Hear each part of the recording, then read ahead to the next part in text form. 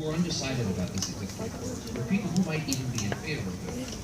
And I really do want to, and I think need to drive this point home, that these people who think that what the president is doing is a good thing are not necessarily racist, they are not necessarily filled with hate, but they are afraid. We live in a very frightening world right now.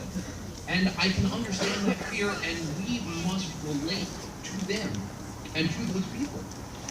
But I want to try to reclaim this idea somehow that favoring a more just society, that favoring a more open society somehow makes us weak, somehow makes us soft on terrorism. Because I think all of us here know that that isn't the case. As a politician and as an American, I genuinely wake up grateful, and I think all of you do as well, for the men and the women in the armed service, for the police, the firefighters, and the first responders who are here. And we should be grateful for their sacrifice and for their willingness to lay their lives on the line for all of us. And we should be so grateful for their sacrifice that we will do anything to keep them safe as well. And let's go back to this immigration order, because it will not keep us safe. There are already reports that ISIS has viewed this as a recruiting bonanza, as an incredible opportunity to get people who might not necessarily be fans of America, but to get them much more willing to fight us. And as we have this conversation, we must drive home this point, that what the president has done has made us less safe, because it will help push more terrorists into the arms of ISIS. And this is a very real threat, and something we need to be very conscious of. Second, we have to bring this story back to this concept of a shared American history, of shared American values. Because, as unfortunately we've seen way too much of this election, facts only kind of sort of matter when it comes to convincing people and when it comes to shifting public opinion. But we also can't let Donald Trump and his supporters divide us. America is going through what someone referred to as an upheaval in populism. Personally, I think it's more scapegoating than anything else. Mr. Trump, President Trump, is taking advantage of very real struggles that countless Americans are facing right now.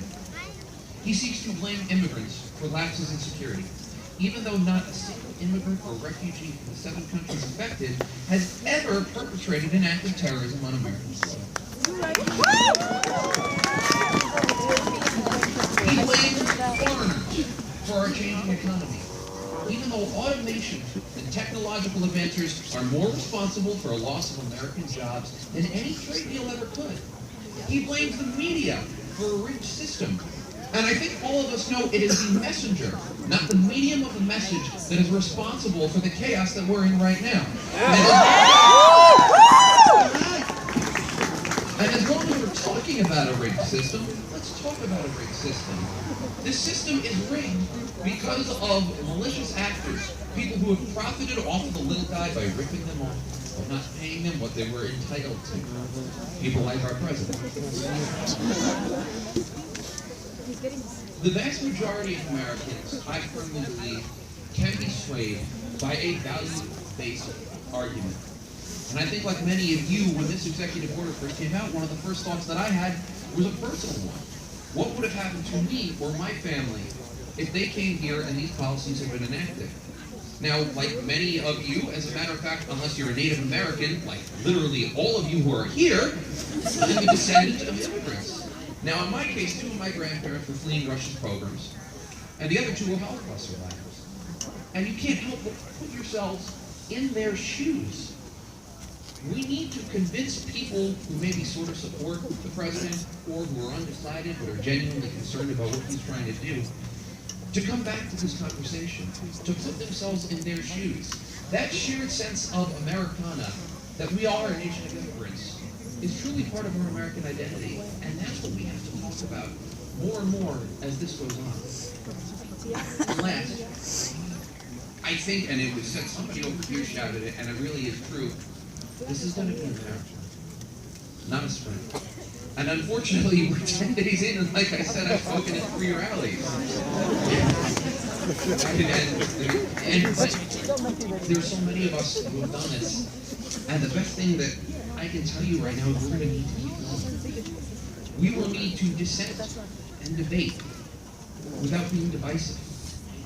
We will need to convince people and remind ourselves sometimes that by and large, the American people are fundamentally good and fundamentally want to do the right thing despite what this election may have brought. It was the Reverend Dr. Martin Luther King Jr. who said, quote, "The arc of the moral universe is long, but it bends towards justice." And I don't think you have to look any further than American history to see just how far we have come and how far we still have to go. And that brings me to my final point. And if you hear nothing else that I said, this is probably the most important. That arc doesn't bend on its own. I have been asked repeatedly over the past few months, what do I do? How can I get involved? And the most succinct answer I can say is, get a comfortable pair of sneakers. Buy more poster board than you ever thought you were going to, and buy a lot of black Sharpies. Memorize the numbers of Senators Casey, of Senators Toomey, and of Congressman Dan. Call and say thank you when they do right, and call to change their minds when they do wrong. And if you get really ticked off at something that every elected official like me is doing, get on those sneakers I was talking about, get a clipboard, get an iPhone app, and run for office yourself. Let